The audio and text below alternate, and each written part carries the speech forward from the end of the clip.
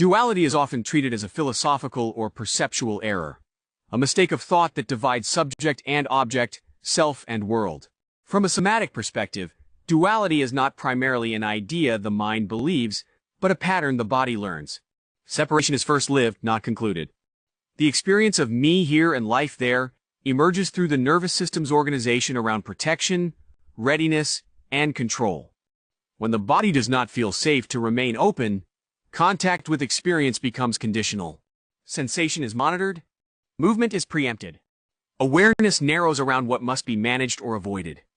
In this state, the world is not met directly. It is evaluated from a distance. This distance is duality. Duality persists not because the mind insists on it, but because the body remains oriented toward guarding. The system learns to stay slightly braced, slightly ahead of experience, prepared to intervene. Over time, this posture becomes familiar and invisible. Separation feels normal. Unity feels abstract. Importantly, this divide is not a failure of awareness. It is an adaptation. The body organizes around survival long before it can organize around wholeness. As long as safety depends on vigilance, separation remains functional. From this view, non-duality is not achieved by correcting perception or dissolving concepts. It emerges as the nervous system no longer needs to maintain distance. When sensation becomes tolerable and contact no longer signals threat, the boundary between observer and observed softens on its own. Wholeness is not realized by understanding unity, but by inhabiting experience without bracing against it. Duality ends not when the mind stops dividing, but when the body no longer needs to. Separation does not begin as a belief adopted later in life. It is often organized early through the body's adaptation to its first environments. Childhood is not only a psychological or relational period, it is a physiological training ground. The nervous system learns how close it can be, how much sensation it can tolerate, and how safe it is to remain present in contact with others and with itself.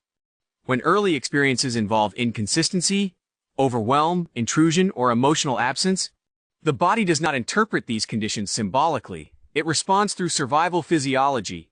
Patterns of bracing, withdrawal, hypervigilance, or self-containment emerge not as strategies chosen by the child, but as automatic responses that preserve stability. These responses shape how sensation is felt and how attention is distributed. The body learns where to tense, where to numb, and where to stay alert. Over time, these physiological adaptations become the baseline. What was once a temporary response becomes an ongoing orientation. The nervous system continues to organize around protection long after the original conditions have passed. This is not because the system fails to update, but because survival patterns are efficient. They persist until lived experience demonstrates that a different organization is possible. In this way, separation is reinforced through the body's early learning. The world is approached cautiously, connection is modulated, presence is partial. Awareness may recognize that safety exists, but the body does not immediately agree. From a somatic perspective, healing does not require revisiting the past to assign meaning or blame. It involves allowing the nervous system to experience present-day contact without the urgency that once shaped it.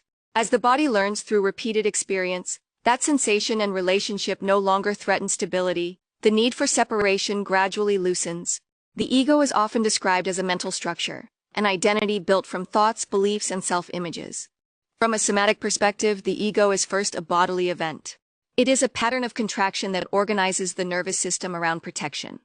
Before the sense of I is conceptualized, it is felt. This contraction shows up through bracing, tightening, and numbing. Muscles hold, breath shortens, sensation becomes selective. Attention narrows toward control and prediction. These responses are not conscious strategies. They are automatic physiological adjustments that create stability in the presence of perceived threat or uncertainty. The ego, in this sense, is not something the mind invents. It is something the body does. Bracing prepares the system for impact or effort. Tightening limits vulnerability by restricting movement and sensation. Numbing reduces overwhelm by dampening feeling altogether. Each response serves a protective function. Together, they create a sense of separation by establishing a boundary between what is felt and what is allowed into awareness. Over time, this contracted state becomes familiar. The body learns to live slightly held, slightly withdrawn, even in the absence of immediate danger. The ego feels like a solid self, but it is maintained moment by moment through tension patterns that rarely register consciously. What feels like identity is, in many cases, sustained muscular and nervous system activity. From this view, the dissolution of ego is not achieved by challenging beliefs or adopting new perspectives. It unfolds as the body no longer needs to brace against experience. As safety becomes felt rather than managed, contraction gradually releases. Sensation becomes available again, presence widens. The ego does not disappear. It relaxes. And in that relaxation, separation begins to lose its grip. Separation is not only maintained through effort or defense. In many bodies, it is held through stillness. From a somatic perspective, the freeze state represents one of the most complete physical expressions of separation. It is not rest, and it is not peace. It is immobility organized by the nervous system when movement, expression, or escape once felt impossible. Freeze emerges when activation cannot be discharged. The body remains alert beneath a surface of stillness. Muscles may feel heavy or inert, while internal sensation is muted or distant. Awareness narrows, not toward action, but toward survival through suspension. In this state, connection, to sensation, to emotion, to environment, is reduced in order to preserve stability. This physiological shutdown is not a choice. It is a last resort adaptation that allows the system to endure overwhelming conditions without collapse. When freeze persists beyond the original context, it becomes a chronic orientation. The body learns to stay partially absent as a way of remaining safe. In freeze, separation is not experienced as tension or struggle, but as distance and disengagement. Life is observed rather than inhabited. Sensation feels far away or indistinct. Presence is fragmented. The world continues, but participation feels limited or delayed. From this view, awakening or healing cannot be forced through effort or insight. Attempts to push through freeze often deepen it. What allows thawing is not demand, but the gradual return of safety at the level of sensation. As the nervous system begins to sense that movement and contact no longer threaten survival, small signals of aliveness reappear. Sensation becomes reachable. Orientation returns. The freeze state does not dissolve through will. It releases as the body learns, slowly and through experience, that it is no longer alone in what it feels. Emotions are often approached as experiences to be understood, expressed, or resolved. From a somatic perspective, their deeper function lies in how they organize the nervous system. When emotions are not fully processed at the level of sensation, they do not simply fade. They remain active as physiological patterns that help maintain a sense of self. Unprocessed emotions persist as tension, charge, or constriction in the body. They shape posture, breath, and attention. Anger may hold the chest or jaw. Fear may tighten the belly or restrict movement. Grief may dull sensation or slow responsiveness. These patterns are not merely feelings, they are ongoing bodily states that stabilize identity. By keeping the system oriented around familiar reactions. In this way, emotion becomes structure. The nervous system uses unfinished emotional responses as anchors. They provide continuity, predictability, and a sense of me that is reinforced through repetition. Identity remains intact not because of narrative, but because the body continues to generate the same internal conditions. This does not mean emotions are wrong or should be removed. They originally arose as adaptive responses to real circumstances.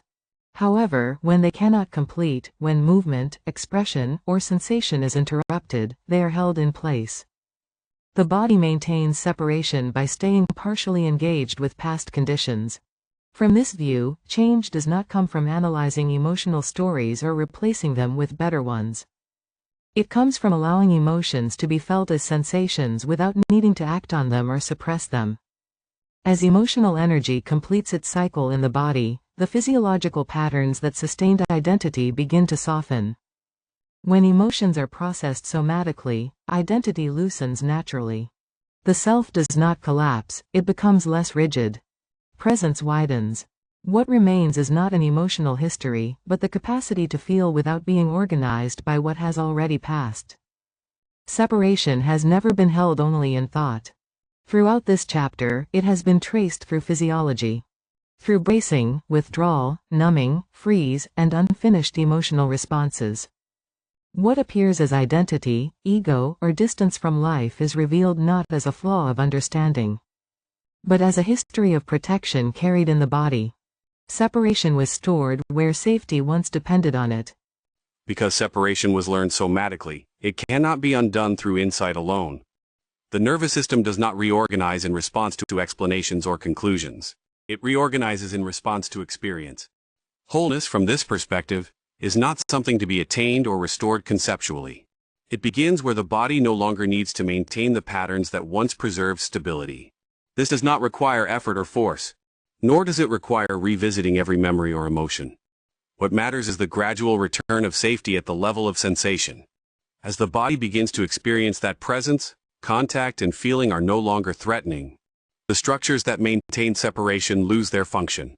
Bracing softens. Freeze thaws. Emotional charge completes. Attention widens without being directed. In this process, nothing essential is lost. The self does not disappear. What falls away is the constant need to manage experience from a distance. Awareness no longer has to hover outside the body. It can rest within it.